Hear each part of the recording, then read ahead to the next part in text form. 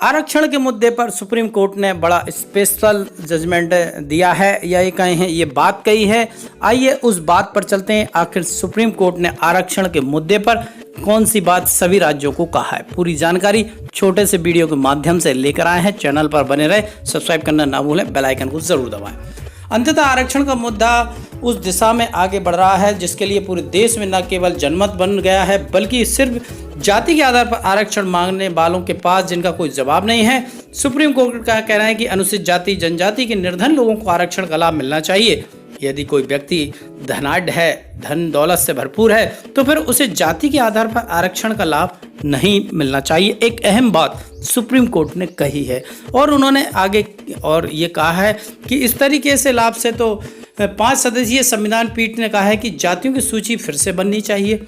Justice Arun Mishra, justice Indira Banerjee, justice Vineet शरण, justice MR Shah और justice Aniruddha Bose की 5 सदस्यीय संविधान पीठ ने कहा है ऐसा नहीं है कि आरक्षण पाने वाले वर्ग की जो सूची बनी है वह पवित्र है और उसे छेड़ा नहीं जा सकता। आरक्षण का सिद्धांत ही जरूरतमंदों को लाभ पहुंचाना है। कोर्ट ने कहा है कि सरकार को अनुसूचित जाति और अनुसूचित जनजाति की सूची फिर से बनानी चाहिए। सरकार का दायित्व है आरक्षित जातियों की सूची में बदलाव करे। संविधान पीठ ने अपने एक आदेश में कहा है कि अनुसूचित जाति, अनुसूचित जनजाति और पिछड़ा वर्ग के भीतर ही आपस में संघर्ष है कि पात्रता के लिए योग्यता क्या होनी चाहिए। पीठ ने कहा सरकार का दायित्व है कि सूची में बदलाव करे, जैसा कि इंदिरा साहनी मामले में 9 सदस्यीय पीठ ने कहा था। वास्तव में गरीब SC/ST वर्ग को, आदिवासी वर्ग को आरक्षण का लाभ नहीं मिल रहा है। संविधान पीठ ने कहा है आरक्षित वर्ग के भीतर ही सामाजिक आर्थिक रूप से मजबूर लोग हैं। ऐसे में जरूरतमंद लोगों को सामाजिक मुख्यधारा में लाने की आवाज को लेकर संघर्ष चल रहा है। बावजूद इसके उन्हें आरक्षण का सही मायने में लाभ नहीं मिल पा रहा है। इसे लेकर आवाजें उठ रही हैं। ये है पूरा मामला। कोर्ट ने यह सिफारिश आंध्र प्रदेश के अधिसूचित क्षेत्र में शिक्षकों की भर्ती में अनुसूचित जनजातियों को 100% आरक्षण देने के फैसले को असंवैधानिक करार देने के फैसले में कहा है।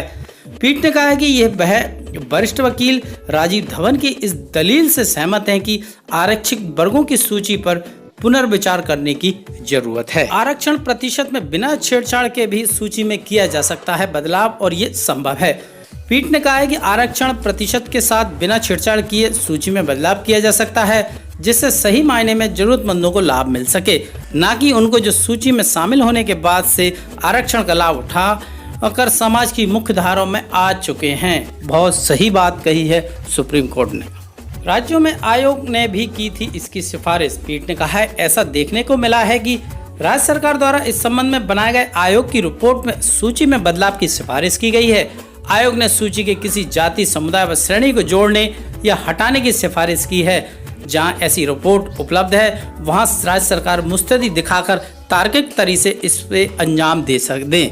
तो कुल मिलाकर सुप्रीम कोर्ट ने एक अहम बात उठाई है। उन्होंने कहा है कि आखिर SC/ST, आदिवासी, पिछड़े वर्ग के जो भी लोग हैं, यदि वो वास्तव में गरीब हैं, निर्धन हैं, उन्हें आरक्षण की आवश्यकता है तो उनको मिलना चाहिए। परंतु धनाढ्य लोगों को आरक्षण का लाभ मिल रहा है जिसके कारण निचले स्तर के आरक्षित वर्गों को लाभ वास्तव में नहीं मिल पा रहा है। तो सरकार को सूची में संशोधन करने की आवश्यकता है।